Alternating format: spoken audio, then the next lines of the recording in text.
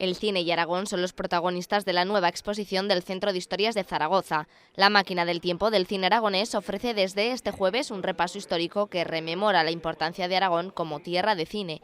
La exposición es un complemento del 20 aniversario del Festival de Cine de Zaragoza. Lo que queremos es, en dos partes muy diferenciadas, que el visitante haga un viaje en el tiempo del cine aragonés en general.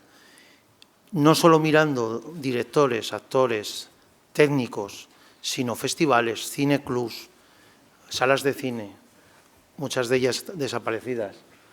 Es decir, todo lo que se mueve alrededor del mundo del cine, que no es poco.